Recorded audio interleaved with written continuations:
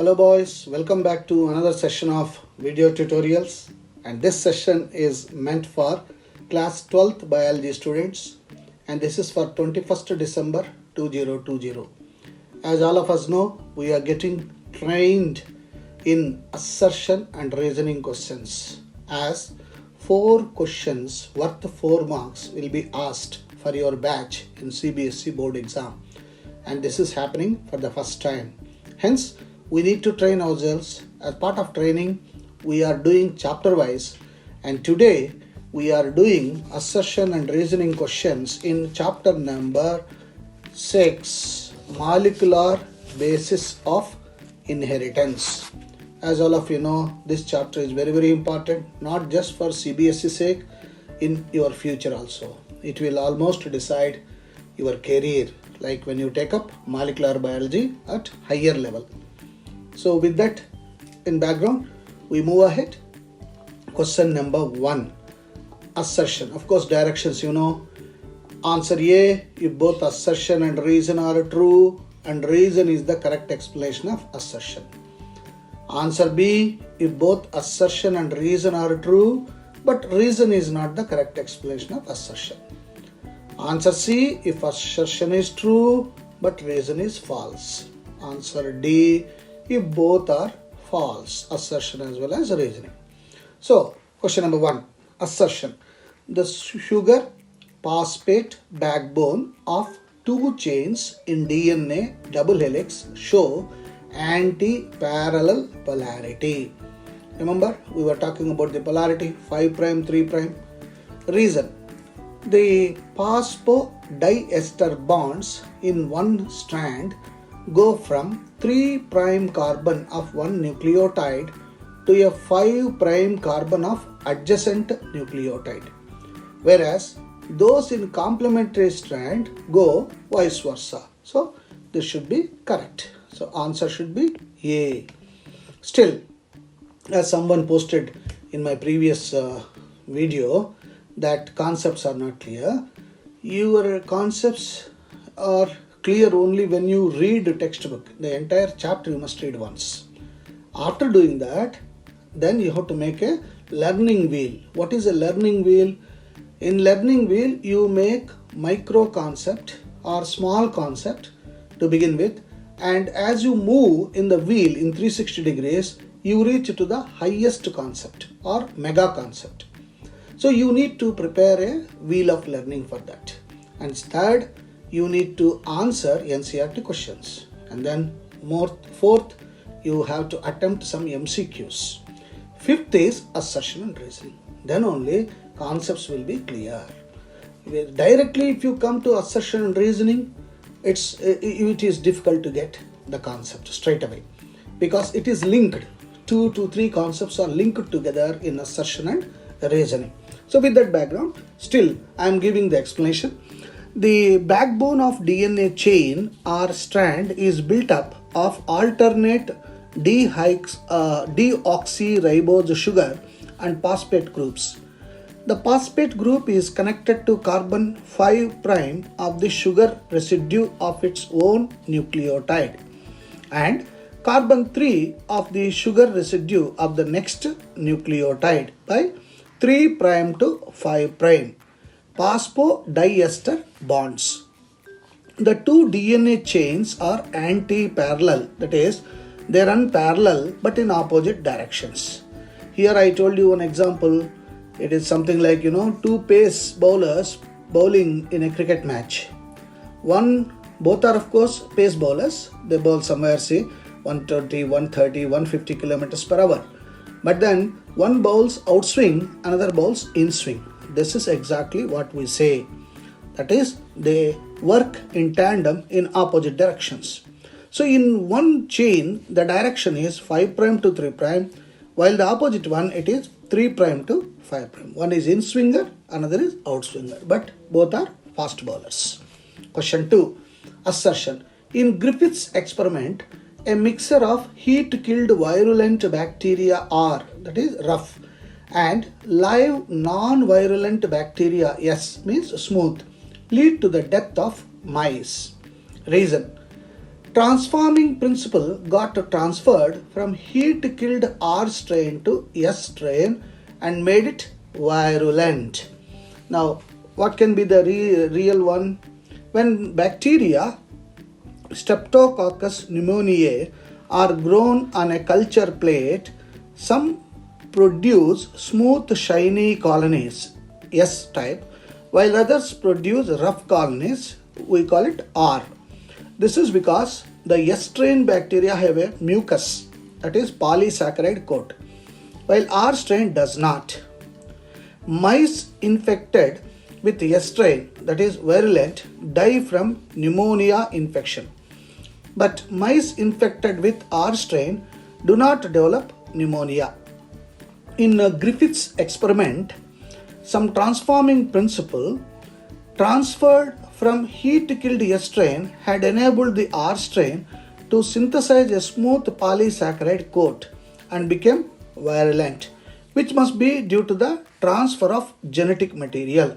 This is known as transformation, whereas the statements are here given is wrong. So answer has to be D. Question 3. DNA is considered to be better genetic material than RNA for most organisms. Reason. The hydroxyl group, OH group, present in DNA makes it liable and less reactive. Of course, you know the OH group present at every nucleotide in RNA is a reactive group. It is a reactive group, not less reactive, and makes RNA liable and easily degradable. Hence, it has to be C. Question 4. Assertion. The mechanism of DNA replication is semi-conservative in nature. Correct? Reason. Each of the complementary strands of the parental double helix is conserved during the process. This is also correct. So answer has to be A. Still, what is the explanation that we can give? DNA replication is semi-conservative, a type of replication in which one strand of the daughter duplex is derived from the parent while the other strand is formed new. This is carried out by the separation of two strands. The separated strands function as templates. The new strands built up over the templates of old strands will have complementarity base pairs, that is adenine opposite thymine, guanine opposite cytosine. We write A versus T, G versus C. The two daughter DNA molecules thus formed will be carbon copies of the parent molecule, but shall have one new strand and one old strand. That's why the question number 4 has to be A. And now question number 5. Assertion. Synthesis of daughter or new strands occurs continuously along the parent 3' to 5' strand. Reason. DNA polymerase can polymerize nucleotides in 3' to 5' direction on 5' to 3' strand. I think the explanation is DNA polymerase can polymerize nucleotides only in 5' to 3' direction on 3' to 5' strand. So here it is ulta. Ulta here is given. That is the reason. So because it adds them at 3rd prime end. So answer has to be C. Next, assertion. Template or antisense strand having 3' to 5' polarity takes part in transcription. Reason. Non-template or sense strand having 5' to 3' polarity does not take part in transcription. I think here the answer has to be B, because both the statements are true, but reason is not the correct explanation of assertion. Next, question number 7. Polycistronic messenger RNA, mRNA, found in prokaryotes specify a number of polypeptides. Okay, we are saying polycistronic. Poly means many. Reason. Monocistronic mRNA found in eukaryotes specify only single pathway because mono, single. But reason and assertion both are not coinciding, not in line, hence B. Question number 8, assertion. Eukaryotic mRNA requires post-transcription processing for formation of functional mRNA. Reason. Eukaryotic transcripts possess extra non-functional segments called introns. Okay, both are correct. So in eukaryotes, the monocistronic structural genes have interrupted coding sequences. That is, the genes in eukaryotes are split. The coding sequences or expressed sequences are defined as exons. They are said to be those sequences that appear in mature or processed RNA.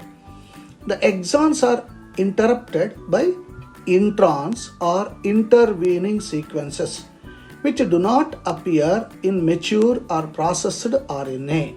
Thus, post-transcription processing, which involves splicing of introns and fusion of exons, is required to form functional mRNA.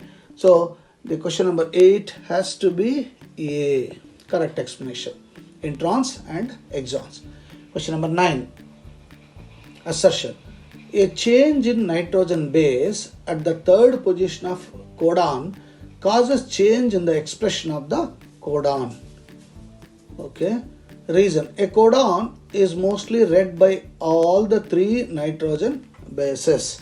Okay, question number 9, I think this has to be D. Both are wrong.